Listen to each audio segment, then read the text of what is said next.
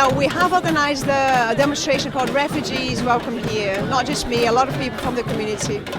Welcome here in Chester as a coordinating event with a lot of other events happening on the same day with the same name all over the UK. I was motivated by the picture of the Syrian boy dead on the beach. Tell us a bit more about this photograph, because a lot of people, it seems that was the one that finally changed it. So what happened to you when you saw that suddenly meant you weren't doing anything and then you were doing something?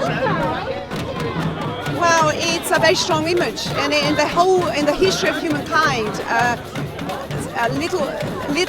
little things like that, strong images like that have changed the route of history. So I think this is one of those moments when one photograph can change the way people perceive the problem and make people move, which is my case. I'm moving because of the photograph, and I know the problem is massive, and it's not just on the borders, it's insidious. So I know this is not going to solve the problem, but we can't just sit down on the sofa and watching the news. I felt I needed to do something about it, so that's why I'm doing this today.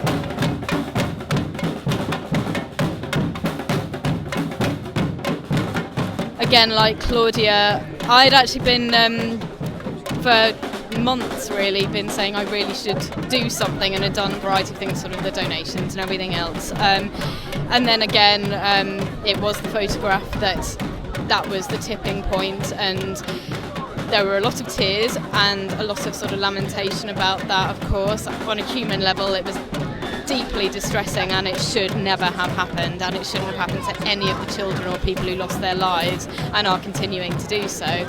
However, at that point I decided that I had to do something, and so said that I would come and do an individual vigil at the town hall at 10 o'clock last Saturday.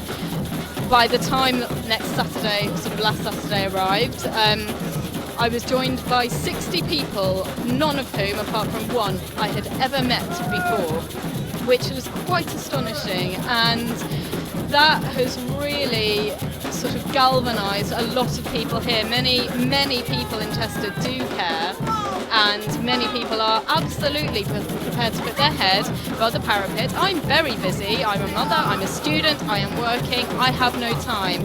I actually have no time as a human being to not do something. It started out really on Saturday morning. We saw on Facebook that Amy was going to come down here with a little placard and stand on her own and really remember those that had died in the process of fleeing Syria. And so Kathy and I said, well, let's just go down and stand with her. And suddenly the whole thing took off from there. So we ended up with about 60 people. I was invited to speak to the crowd, which I did. People started bringing donations. The exciting thing was we had a homeless guy who came and emptied his pockets of all his coins and said, there's always somebody worse off than myself, so here you go, have that.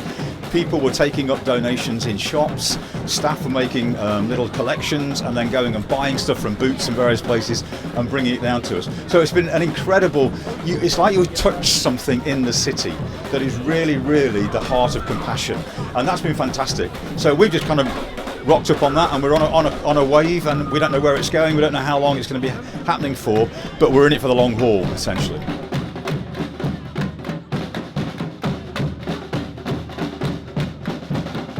We are here to see if we can change the way that Britain sees this issue, the problem, and to see if we can get more people coming to this country quicker.